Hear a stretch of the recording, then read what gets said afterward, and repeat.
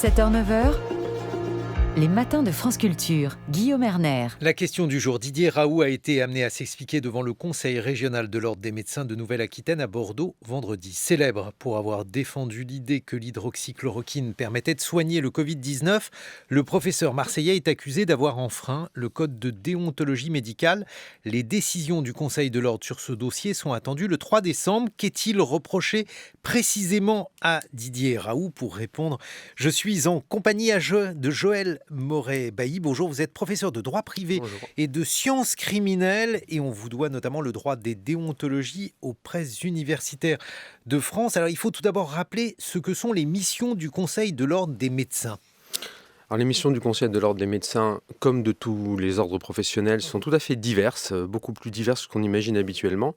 La première mission, et celle notamment qui est prévue par le Code de la santé publique, c'est la mission de faire respecter les règles déontologiques, justement, et notamment en préparant le Code de déontologie, qui est un décret en Conseil d'État, un acte du Premier ministre, mais que le Premier ministre ne peut pas prendre sans la proposition de l'Ordre des médecins. L'ordre professionnel a également un certain nombre de missions administratives, notamment il tient le tableau de l'ordre, c'est-à-dire l'ensemble des professionnels qui peuvent exercer sur le territoire ou sur un territoire départemental en général.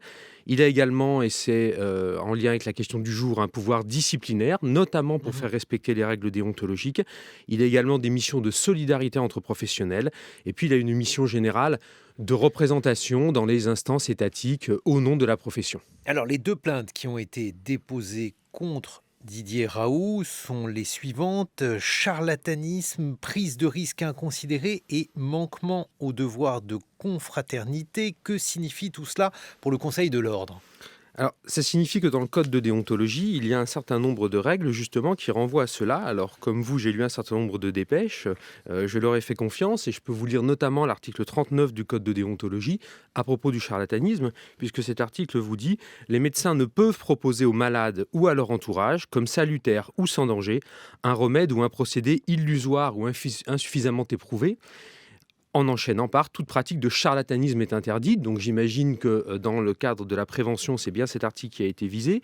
Il y a l'article suivant qui est l'article 40 qui vous dit « Le médecin doit s'interdire dans les investigations et interventions qu'il pratique comme dans les thérapeutiques qu'il prescrit de faire courir aux patients un risque injustifié ».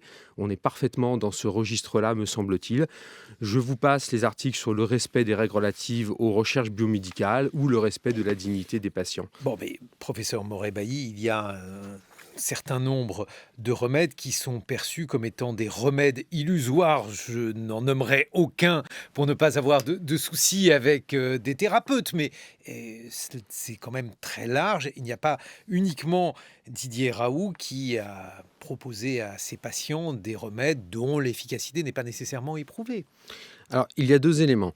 Tout d'abord, quand on est dans un cadre disciplinaire, il y a une dimension symbolique. Donc, effectivement, il peut y avoir des pratiques qui peuvent ressembler, mais qui peuvent être souvent, d'après ce que j'ai pu en comprendre, éventuellement moins dangereuses. Il se trouve que symboliquement, quand un cas fait l'objet d'une couverture médiatique, il se doit qu'il y ait une réponse dans ce cadre-là. Et puis, encore une fois, on peut imaginer que le Conseil de l'Ordre fasse une différence, si tant est qu'il soit informé de faits. On peut imaginer que le Conseil de l'Ordre fasse une différence entre des procédés insuffisamment éprouvés, mais qui ne mettent pas le patient en danger, et des procédés qui, éventuellement, pourraient mettre les patients ou la santé publique en danger, eu égard au contexte de cette affaire. Alors, c'est la réponse de Didier Raoult, pas au Conseil de l'Ordre, mais aux critiques qui lui ont été adressées. Il explique que les risques, alors notamment les risques cardiaques liés à l'hydroxychloroquine, ont été particulièrement faibles, voire inexistants depuis qu'il administre ce remède. Oui, alors je ne suis pas médecin, donc je ne vais pas entrer évidemment dans ce débat. J'ai lu d'autres choses, j'ai lu notamment ce qu'en dit la NSM, j'ai lu ce qu'en disent d'autres médecins qui ne partagent pas cet avis. Donc à l'évidence, il y a une question de technique médicale à trancher. C'est bien pour ça que c'est aux ordres professionnels qu'une partie de la justice disciplinaire est confiée, parce qu'il va y avoir un jugement entre pairs. Sous-entendu, les pairs sont capables de juger des choses que le béotien ne pourrait pas juger. Je vous rappelle une caractéristique particulière des jugements relatifs à la médecine, même quand on est en dehors de l'ordre professionnel, c'est qu'on fait appel à des experts.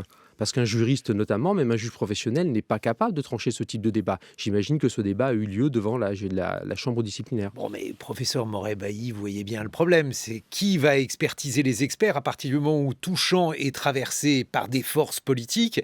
Qu'est-ce qui nous garantit que dans ce cas-là, il n'y aura pas un règlement de compte contre Didier Raoult qui lui-même a des positions politiques, je veux dire politiques dans le champ médical qui sont clairement affichées? Alors, deux éléments qui peuvent éviter le règlement de compte. Tout d'abord, vous avez vu que l'affaire a été dépaysée à Bordeaux, donc on essaye d'éviter d'être entre Marseillais et d'avoir une trop grande proximité, justement. Deuxièmement, il y a un certain nombre d'instances nationales, il y a un débat national autour de ces questions-là, et on peut espérer qu'il y ait à un moment donné un consensus scientifique. Je vous rappelle que dans les articles que j'ai lus, il ne s'agit pas de juger simplement du danger, il s'agit de prévoir qu'on ne doit pas utiliser une thérapeutique insuffisamment éprouvée. Donc de faire sans savoir en quelque sorte, et de faire sans savoir, donc potentiellement de mettre un patient en danger, même si le danger n'est pas encore avéré. Alors c'est cela en fait qui, là aussi, pourrait poser problème à l'avenir, parce que des protocoles compassionnels, autrement dit, l'administration de médicaments qui ne sont pas complètement testés, mais qui peuvent apporter un espoir thérapeutique, on le fait souvent, professeur. Absolument, mais dans un cas particulier, dans le cas dans lequel on n'a absolument aucune autre solution, et que c'est ne rien faire et être certain que l'état du patient se détériore, ou faire quelque chose sans savoir si cela va lui apporter quelque chose de positif. Donc c'est extrêmement limité. Dans tous les autres cas, quand il s'agit de faire progresser la connaissance, eh bien, il s'agit d'un protocole de recherche biomédicale et cela obéit à d'autres règles et on est en dehors de la déontologie. On n'est pas complètement en dehors de la déontologie parce que la déontologie renvoie à ces règles-là en vous disant notamment dans l'article 15 du Code qu'il faut respecter les règles relatives aux recherches biomédicales. Mais vous voyez bien qu'on renvoie à un autre corps de règles qui a été pensé quant à lui en 1988 et puis réformé depuis. Alors, dernière question, est-ce que ça n'est pas un peu dérisoire d'embêter Didier Raoult maintenant, sachant qu'il sera bientôt à la retraite dans quelques semaines? Bref, à quoi tout cela sert-il? Alors je ne crois pas que ça soit dérisoire parce qu'on est comme d'habitude en matière répressive sur une dimension symbolique. On n'est pas en train de dire Monsieur Raoult serait éventuellement dangereux, donc on le suspend, ce qui est une possibilité pour le directeur de l'ARS notamment. On n'est pas dans cette logique, on est dans une logique disciplinaire. Donc on dit vous avez violé les valeurs de la profession, donc on vous sanctionne. Et comme d'habitude en matière répressive, la sanction elle n'est pas destinée à Monsieur Raoult, elle est destinée à tous les autres médecins et à la population en disant il y a des choses qui ne se font pas. Et quand elles se font, on est puni. Merci. Joël Moret-Bailly, je rappelle que l'on vous doit avec Didier Truchet le droit des déontologies et c'est aux presses universitaires de France. Il y a une nouvelle édition à apparaître. Merci Il est beaucoup. 7h23 sur France Culture.